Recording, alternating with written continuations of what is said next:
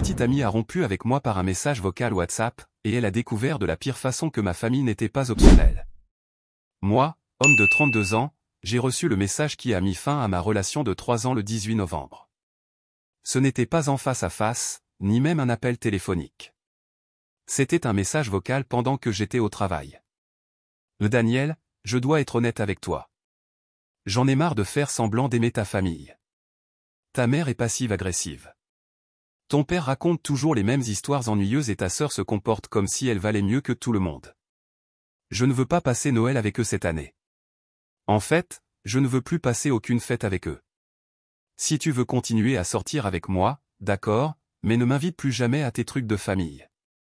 C'était Mélissa, 29 ans, ma petite amie. Celle à qui je comptais demander en mariage la veille du Nouvel An. La bague m'attendait déjà dans mon tiroir à chaussettes. J'ai écouté ce message 3 fois dans ma voiture, pendant ma pause déjeuner. Chaque écoute a provoqué une émotion différente. La première, le choc. La deuxième, la colère. La troisième, la clarté. Voyez-vous, ma famille n'a jamais rien fait d'autre que de l'accueillir à bras ouverts. Ma mère préparait toujours son dessert préféré. Mon père l'avait intégrée à notre ligue de fantasy football. Elle avait même terminé 2e l'année dernière.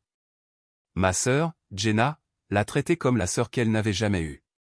Elle faisait du shopping ensemble, allait se faire les ongles, tout. Mais apparemment, ce n'était pas suffisant pour Mélissa. Je lui ai envoyé un message en retour. Parfaitement compréhensible. Aucun problème. Elle a répondu aussitôt. Sérieux? Tu n'es pas en colère? Moi. Non. Ton choix. Elle. Ok, super. À ce soir. Ramène à manger. Bien sûr. Le soir même, elle a fait comme si de rien n'était. Elle m'a parlé des drames de ses collègues. Elle m'a montré des TikTok, des trucs normaux de copines. Elle n'a jamais mentionné son ultimatum concernant ma famille. J'ai joué le jeu, mais intérieurement, c'était déjà fini. Le lendemain, j'ai pris quelques décisions. J'ai rapporté la bague de fiançailles. J'ai récupéré presque tout l'argent, car j'étais encore dans le délai de retour. J'ai appelé mon ami Trevor, qui gère un service de coaching pour application de rencontres, oui, ça existe. Je lui ai demandé une mise à jour urgente de mon profil. J'ai commencé à chercher un appartement. On ne vivait pas ensemble, mais je voulais un nouveau départ. La rupture officielle a eu lieu 2 semaines plus tard, juste après Thanksgiving qu'elle avait évidemment zappé. Je lui ai dit que ça ne fonctionnait plus. Elle. Ah, attends, c'est à cause de cette histoire de famille. Je pensais que tu avais compris. Moi. J'ai compris. Tu n'aimes pas ma famille. Et ça, c'est une incompatibilité fondamentale. Mais on ne peut pas dépasser ça. Les couples n'ont pas besoin de tout partager. Ma famille est importante pour moi.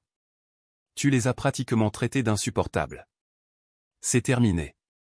Elle a pleuré. Elle a dit que j'exagérais. Que je choisissais ma famille plutôt qu'elle. Je lui ai rappelé que c'était elle qui avait posé l'ultimatum. Puis je suis parti. Et c'est là que ça devient intéressant. 3 semaines après la rupture, j'ai eu un match avec Amy, 28 ans, sur Bumble. Vétérinaire, passionné de randonnée, avec un golden retriever nommé Waffle. La connexion a été immédiate. Un café est devenu un dîner. Le dîner, une randonnée le week-end. À la mi-décembre, on se voyait régulièrement. Le 20 décembre, Amy m'a confié qu'elle n'avait aucun plan pour Noël, sa famille vivant à l'étranger. « Tu veux venir chez moi ?» ai-je proposé. Là, attention, c'est très chaotique. Ma mère en fait toujours trop. Son visage s'est illuminé. Vraiment? Tu es sûr que ce n'est pas trop tôt? Mais non, ils vont t'adorer. Et puis, ma mère a besoin de quelqu'un de nouveau à qui montrer sa collection de biscuits de Noël. Arrive la veille de Noël. Amy débarque chez moi avec des brownies faits maison pour ma famille et une bouteille de vin. Elle était nerveuse, mais excitée. Pendant ce temps, je n'avais eu aucune nouvelle de Mélissa depuis 3 semaines. Silence radio. Ma famille recevait chez eux, à 1 heure de route. En entrant, ma mère a immédiatement enlacé Amy. Mon père lui a serré la main et a commencé à l'interroger sur la clinique vétérinaire. Jenna a poussé un cri de joie en voyant Waffle. Oui, Amy avait amené son chien. C'était ma mère qui l'avait exigé. La journée a été parfaite. Amy a aidé ma mère en cuisine, a écouté les histoires de mon père en riant sincèrement. Elle a joué à des jeux de société avec Jenna et son mari. C'était comme si elle avait toujours fait partie de la famille. Vers 20h, nous étions tous assis autour de la cheminée. Amy blottie contre moi. Waffle endormi près du sapin. Jenna en train de poster des photos sur Instagram. Toute la famille, Amy comprise, portant ces pulls de Noël ridicules que ma mère impose chaque année. Le 26 décembre, 7h du matin. Mon téléphone se met à vibrer sans arrêt. 23 appels manqués de Mélissa. 15 messages allant de « On doit parler » à « Comment as-tu pu » en passant par « Rappelle-moi tout de suite ». Je les ai tous ignorés. Puis Jenna m'a envoyé un texto. Mélissa est en train de péter un câble dans mes DM à cause des photos de Noël. Je fais quoi? En fait, Jenna avait posté les photos de la famille sur Instagram ce matin-là. Mélissa les a vues. Elle a vu Amy. Elle a vu Amy portant le pull de Noël qui, autrefois, était le sien. Et elle a complètement perdu la tête. Mise à jour 1. Après que j'ai ignoré le flot de messages de Mélissa toute la matinée, elle a changé de tactique. Elle a commencé à appeler ma mère. Ma mère m'a téléphoné vers midi. Fils, Mélissa a déjà appelé 4 fois à la maison. Elle pleure, dit que tu l'as remplacée, que la famille devait être la sienne. Ton père a dû décrocher le téléphone fixe du mur. Bloque-la, maman. C'est déjà fait. Mais chérie, qu'est-ce qui s'est passé? Elle a l'air déséquilibrée. Je lui ai donné la version résumée. La réponse de ma mère. Donc elle a rejeté notre famille. Tu as rompu avec elle et maintenant elle est furieuse parce que tu as tourné la page? Quelle audace, cette fille. C'est alors que les messages ont commencé à viser Amy. Oui, Mélissa avait fouillé mon Instagram et trouvé le profil d'Amy. Elle a commenté sous une de mes photos et a commencé à lui écrire. Amy m'a montré les captures d'écran. Tu es avec Daniel? C'est hilarant. Profite de sa famille collante. Sa mère va t'étouffer et son père va t'ennuyer à mourir. Il t'a juste emmené pour me rendre jalouse. Tu es un rebond. Nous, on est restés ensemble 3 ans. Toi, tu es temporaire. Amy, véritable légende, n'a répondu qu'une seule fois. Merci de l'avertissement. Sa famille est merveilleuse. Joyeux Noël. Puis elle l'a bloqué. Mais Mélissa ne s'est pas arrêtée là. Elle a commencé à écrire à des amis communs, inventant une histoire où je l'aurais trompée émotionnellement et où j'aurais emmené une maîtresse à Noël juste pour la blesser. La plupart connaissaient la vérité, mais certains ont cru à sa version. Le 27 décembre, elle s'est présentée devant mon appartement. Je l'ai vue grâce à la caméra de la porte, elle faisait les 100 pas en parlant au téléphone. Elle est restée 20 minutes avant de partir. Plus tard, j'ai appris par mon voisin qu'elle disait au téléphone. Il devra bien rentrer à la maison tôt ou tard. Le 28 décembre, j'ai reçu un appel d'un numéro inconnu.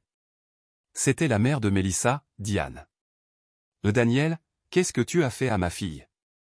Elle est inconsolable. Et Diane, elle m'a dit qu'elle ne voulait plus rien avoir à faire avec ma famille. J'ai respecté son choix et j'ai mis fin à la relation. Mais tu as emmené une autre fille à Noël. Tu lui as jeté ça à la figure. J'ai emmené ma nouvelle petite amie rencontrer ma famille. Mélissa avait clairement dit qu'elle ne voulait plus participer aux événements familiaux. Elle a eu ce qu'elle voulait. Elle ne voulait pas dire pour toujours. Elle avait juste besoin de poser des limites. Des limites? Elle a traité ma mère de passive-agressive, mon père d'ennuyeux et ma sœur de prétentieuse. Ce ne sont pas des limites. C'est du mépris. Diane a soufflé. Là elle pense à appeler ton travail. Elle dit que tu l'as abusée émotionnellement. Bonne chance. J'ai sauvegardé son message vocal où elle insulte toute ma famille. Je suis sûr que les RH trouveraient ça très intéressant. Silence. Puis. Tu as sauvegardé le message? Bien sûr. Elle a raccroché. Mise à jour 2. Réveillon du Nouvel An. La soirée où je prévoyais à l'origine de demander Mélissa en mariage. À la place, j'étais à une fête avec Amy. Je m'amusais vraiment, au lieu de marcher sur des œufs comme avec Mélissa. Vers 23 heures, Ami est allé chercher des boissons. Mon téléphone a vibré. Un email de Mélissa. Objet, tu dois lire ça. Un roman. Facile 3000 mots. Quelques extraits. Elle dit m'avoir testé avec l'ultimatum sur la famille pour voir si je la choisirais. Elle espérait que je me battrais pour la relation. Ami est clairement une régression. Elle a fouillé le LinkedIn d'Ami. Elle affirme que je fais une crise de la trentaine, j'ai 32 ans. Elle est prête à donner une seconde chance à ma famille si je retrouve mes esprits. Elle avait déjà annoncé à sa famille que nous serions fiancés à cette date. Le meilleur? Elle a conclu par « Je te donne jusqu'au 3 janvier pour répondre avant de tourner la page. » J'ai transféré l'email à Jenna avec la légende. MDR. Regarde ça. Jenna a répondu. L'illusion. En plus, elle a commenté sous mon post du Nouvel An en me traitant de « traître », donc je l'ai signalé pour harcèlement. Le 2 janvier, de retour au travail. Mon collègue Case m'a pris à part. Et, tu sortais avec une fille appelée Mélissa? Malheureusement, oui. Pourquoi? Elle m'a ajouté sur LinkedIn. Elle m'a envoyé un message bizarre disant que tu es un narcissique qui manipule les femmes. Je pensais que tu devais être au courant. Elle envoyait des messages à mes collègues sur LinkedIn. J'ai tout capturé en écran et envoyé au service RH de façon préventive, avec une note expliquant la situation. Ils m'ont remercié pour l'avertissement et ont dit qu'ils géreraient tout contact futur de sa part. Le 3 janvier, son ultimatum arrivait à échéance. Évidemment, je n'ai pas répondu. Le 4 janvier, 6 heures du matin. Elle est revenue devant mon appartement, mais cette fois avec du renfort, sa sœur Nicole et sa meilleure amie Brittany. Les trois se relayaient entre sonner et frapper à ma porte. J'ai appelé la sécurité de l'immeuble. Bonjour, 3 femmes me harcèlent devant ma porte. Ce sont mon ex et ses amis. Pouvez-vous intervenir? La sécurité est arrivée et leur a demandé de partir. Mélissa s'est mise à pleurer en disant « Il me doit une clôture ». Les agents n'ont rien voulu savoir. Ils ont dit que c'était une intrusion. Elles sont parties, mais pas avant que Mélissa hurle devant ma porte. « Tu vas le regretter ». Plus tard, j'ai reçu un email du gestionnaire de l'immeuble. Vu votre situation, nous avons ajouté ces 3 femmes à la liste d'interdiction d'entrée. Si elles reviennent, nous contacterons la police. Ce soir-là, mon ami Trevor le coach en rencontre m'a envoyé un message. Mec, une folle laisse des avis délirants sur ma page disant que je suis un briseur de couple qui aide des traîtres. C'est ton ex? Elle s'en prenait au business de mon pote juste parce qu'il m'avait aidé avec les applis de rencontre. Alors que j'étais déjà célibataire. Mise à jour 3. Mi-janvier. L'escalade a continué, mais d'une manière encore plus étrange. Mélissa a créé un compte Instagram appelé Daniel Trousse Exposed. Elle y publiait des captures de nos anciennes conversations et évidemment éditées. Des photos de nous deux quand on sortait ensemble. Et de longs textes sur l'abus narcissique. Elle devait avoir une douzaine d'abonnés, essentiellement ses amis. Les publications étaient délirantes. Comment il m'a isolé de mes amis, je n'ai jamais fait ça. Les signaux d'alarme que j'ai ignorés, dont, trop proche de sa famille. Pourquoi l'implication familiale est toxique, accompagnée d'une photo de Noël en famille. Ami a été la première à voir ça. Sa réaction? Elle a tellement ri qu'elle a failli s'étouffer avec son café. Chérie, elle a posté une photo de toi enlaçant ta mère comme preuve d'inceste émotionnel. C'est de l'or comique. Nous avons passé la soirée à lire les posts comme si c'était un spectacle. Ami a même fait des cartons de bingo. Case, narcissique. Case, gaslighting. Case, trauma bonding. On buvait une gorgée à chaque fois qu'elle utilisait un terme de psychologie de travers. Mais ensuite, elle a franchi une limite.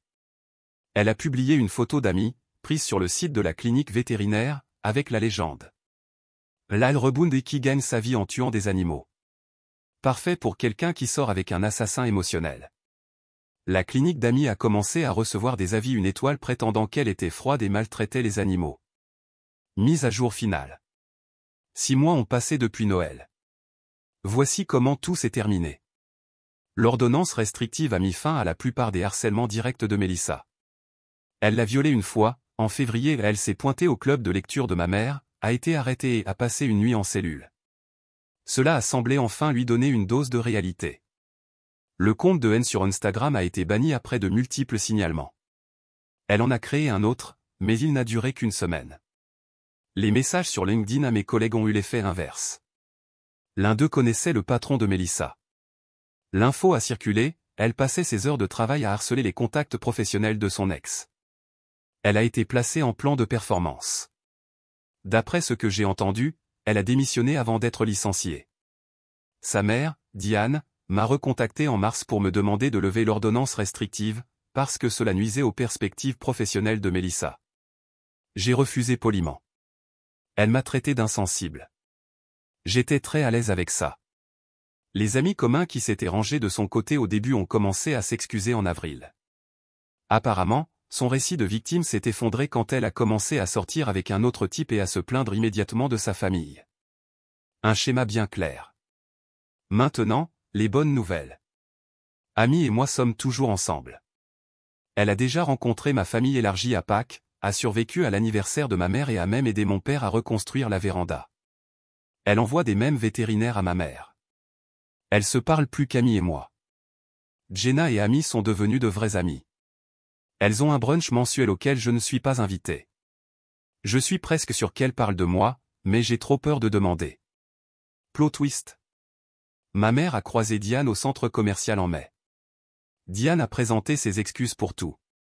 Apparemment, Mélissa sort maintenant avec un certain Brad et a déjà posé un ultimatum à sa famille à cause de leur soi-disant positivité toxique. Après 2 mois de relation, Diane a enfin compris que le problème n'était pas ma famille. Le meilleur. La semaine dernière, Amy et moi regardions de vieilles photos et elle en a trouvé une de Noël. Celle où elle porte le pull assorti, en train de rire à une des histoires de mon père. Tu sais, dit-elle, je suis tellement heureuse que ton ex ait montré son vrai visage avant que tu ne la demandes en mariage.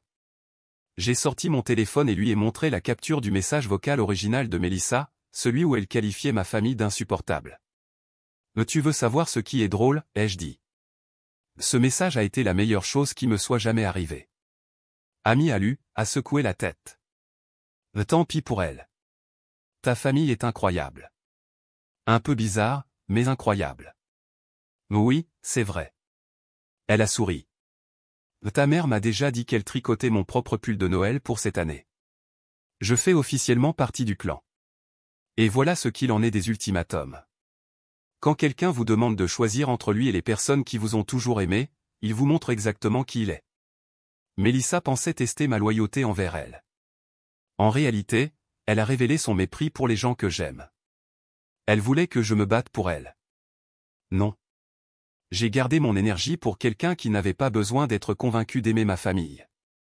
Quelqu'un qui voyait leur manie comme des qualités, pas comme des défauts. Mélissa est probablement quelque part en train de dire à la famille de Brad qu'ils sont problématiques. Pendant ce temps, je prépare un voyage de camping avec Amy, mes parents et la famille de Jenna pour août. Amy a déjà acheté des chemises de randonnée assorties pour tout le monde. Ma mère a pleuré de joie en les voyant. Au final, la meilleure vengeance n'est pas un plan élaboré. C'est simplement de vivre sa vie avec des gens qui apprécient ce que vous avez, au lieu d'exiger que vous le sacrifiez pour eux. Ah, et Mélissa, si tu lis ça, et te connaissant, tu le fais sûrement. La mère de Brad a appelé ma mère la semaine dernière. Pour lui demander conseil sur comment gérer une petite amie difficile. Petit monde, n'est-ce pas? Bonne chance avec ça. Commentaire Madame Reddit. Elle a perdu la bague, le pull et même sa dignité, tout ça parce qu'elle ne supportait pas d'entendre son beau-père répéter ses histoires. Bonne chance, famille de Brad.